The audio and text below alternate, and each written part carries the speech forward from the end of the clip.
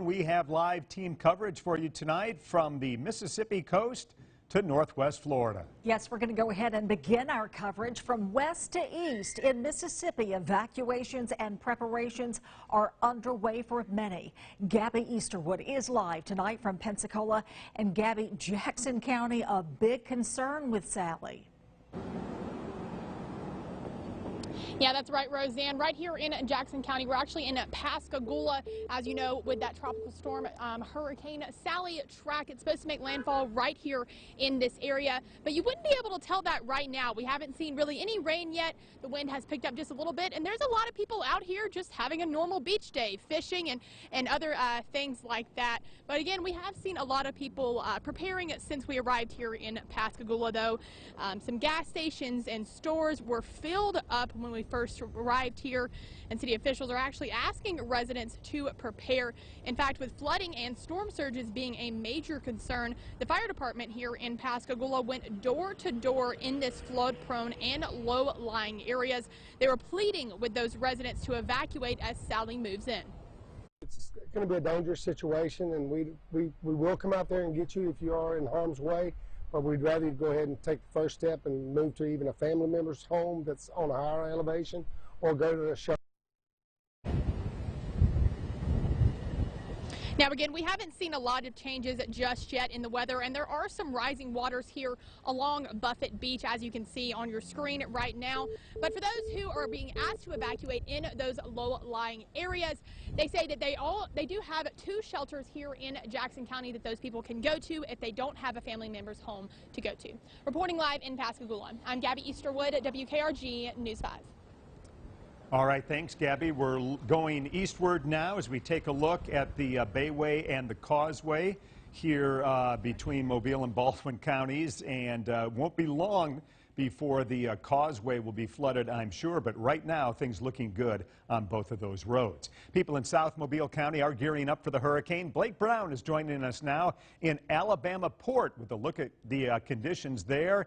And also, Blake, anytime you're talking about Alabama Port, you're talking about the bridge to Dauphin Island, one way in, one way out. Absolutely, you're right, Pete. You know, a lot of people still staying on the island, but just in the last hour or so, we're seeing a lot of people come off the island, bringing their boats, things like that, back inland. Now, take a look right now at Mobile Bay. Very, very churned up right now, even just in the last hour or so.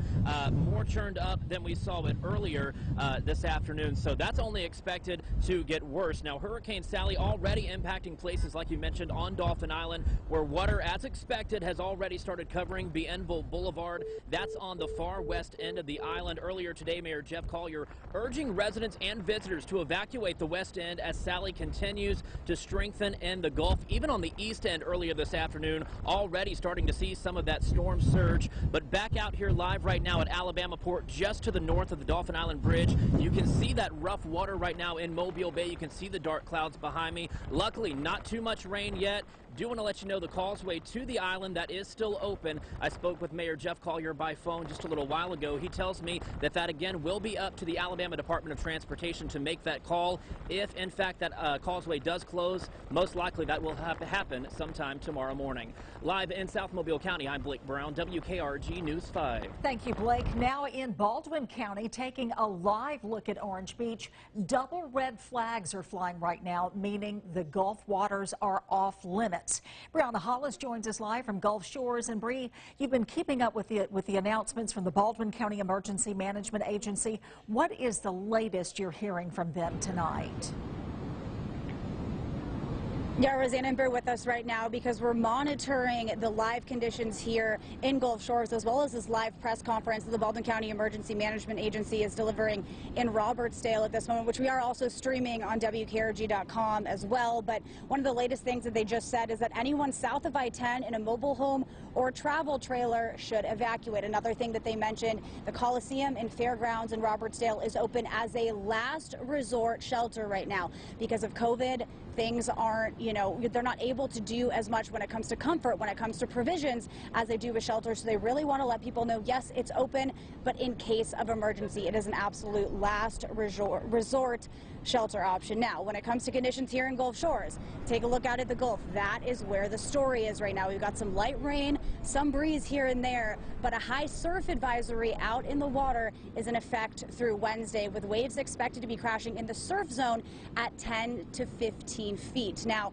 beaches have been closed since 3 o'clock. Around that time, safety officials were driving through, making sure everyone left. In the last couple of hours, people have been going back and forth, kind of getting close to the shoreline, taking some photos. This is the first time, though, that we haven't seen anyone out here in a couple of hours. We also did get a chance to speak with a family who just moved to Foley, and they walked us through what going through Hurricane Sally is like as their first hurricane. I'm a little concerned maybe of wind damage. We're not used to this, so I've just been trying to read tips on Facebook about if we need storm shutters or what other kind of preparations we need. Now, the Baldwin County Emergency Management Agency earlier this afternoon did recommend evacuations for anyone in low-lying areas from Fort Morgan to Orange Beach, as well as pretty much inland all the way to Foley, as well as along the eastern shore. And again, that latest update that they just had in their press conference saying that anyone in a mobile home or travel trailer south of I-10 should find somewhere.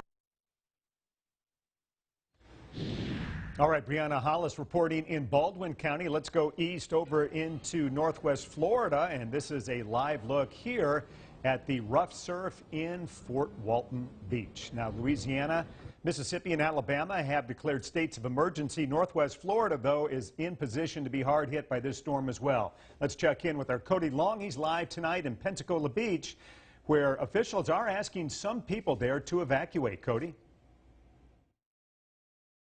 Peter, it's a voluntary evacuation for Zone A. That includes a good bit of Pensacola Beach, Perdido Key, and some other low-lying areas. They are opening an emergency hurricane shelter tonight at 8 o'clock. That'll be at Pensacola Bay Center. But we want to go and show you now what we're seeing here at Pensacola Beach.